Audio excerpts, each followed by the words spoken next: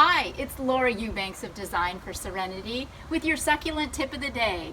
And I'm having you join me here in my fabled Garden o' Death. Where plants go to live or die, it's pretty much up to them. You've heard me talk about my Garden of Death many times, and I've had some followers inquire as to what is in my Garden of Death. What do I save? What do I get rid of? How does it work? Well, basically, when I have cut up a plant to use in a design, and I want to keep it, I want to allow it to have time to regenerate, I will put it over in the Garden of Death and just ignore it for weeks or months at a time. This Crassula argentea, you can see where I have new growth coming, where I have cut in all of these spots and places. And in time, these will be wonderful new branches that I can use in more arrangements. So it pays to keep your old, tired, cut up plants. This Senecio, for example, is also a relatively fresh victim of my pruners, but you can already see where it's starting to throw off new branches. Remember how I tell you that plants will branch out beneath the cut? Here's proof.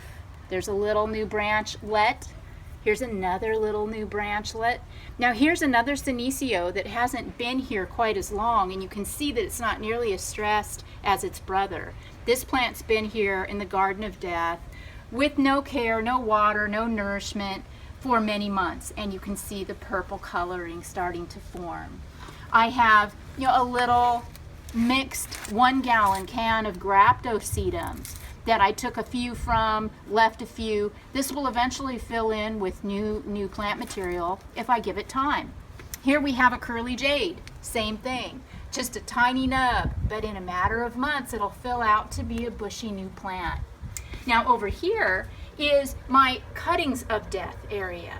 This is kind of a nothing burger flower bed here in the garden along the side of my house, and all of these plants here are cuttings. These are leftover project plant material, but you know what? It's really valuable because I can come over here and take pieces from it anytime I want. Just because it's a Garden of Death, just because the plants or cuttings are not the most attractive, doesn't mean that you can't make an attractive presentation out of it. So you can see here in the succulent cutting Garden of Death how I have taken cuttings from plants that have reestablished a root system. This little sticks on fire, you can see, is a cutting, hasn't even established any roots yet, barely hardened off. But I just stuck it in the ground. And what do I always say? If your succulent stands up, you've done your job. So here you have it, Laura's Succulent Garden of Death and Cuttings of Death. This has been me, myself, and I, with your mother freaking damn